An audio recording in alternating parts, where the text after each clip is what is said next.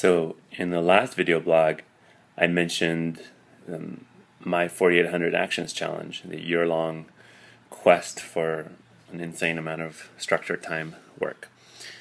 But what I didn't mention is what put me over the top as far as deciding to do it. And it's an insight I had into my own productivity, where I owe a big assist to my friend David Hassel. So my actions total for this week is 21, 17, 3, and 24, and it's Friday morning. So why is that important? Well, the way I knew that Monday and Tuesday were the most productive days of the week, but then my thought would be that I would taper towards the end of the week. So my thought is I would try something like 24 actions on Monday, 24 actions on Tuesday, 16 on Wednesday and Thursday, and 8 on Friday and Saturday. So the problem with that is that when you put in a lot of intense work, you do tend to need more of a rest.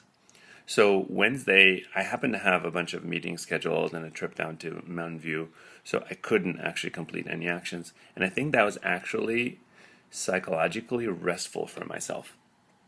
And I recognize that because at the Wisdom 2.0 conference, when I ran into David, he told me that he has his assistant book every, I think for him it's Tuesday, and do nothing but phone calls and meetings, wall to wall all day.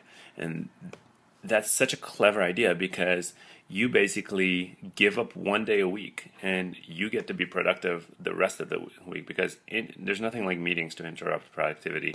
Even if you're, even if you get in and out, there's a cost to it.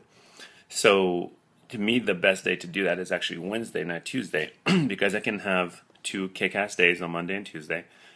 Take Wednesday to schedule already for next meeting. Somebody's like, "Do you want to have lunch next week?" Like, great. How about Wednesday? And then I can have Thursday as another, big action day, and then Friday and Saturday can depend depending on what else I've got going on. But that guarantees me 3 days when I can do a lot of work. 24 actions seems really doable, which is the other point, is that I've actually experienced days of a lot of actions. Yesterday I had completed 24 actions pretty early, so I actually could have gone for something insane like 30. And I just didn't, because I went swing dancing instead, which I'm happy with. But I actually know my own capacity for completing work, structured work, in one day is way higher than I thought. I remember when Robert first suggested doing 16 actions, a 16 action day. I was like, oh my god, I've only done like 8, but it works. And the other thing that I'm realizing is, as long as what I'm working on is important, so actually important actions versus free actions, if you're familiar with my system, important actions are easier to do because I am like motivated by the content. And I think on Tuesday I had more free actions compared to Monday, where most of them were important, and it didn't feel as good. I wasn't as energized. My scores weren't as good as far as the flow score and clearly work value. So every week I'm going to take on Monday, Tuesday, and Thursday to be my 24 to 30 action days, and that gets me almost to 90 if I do.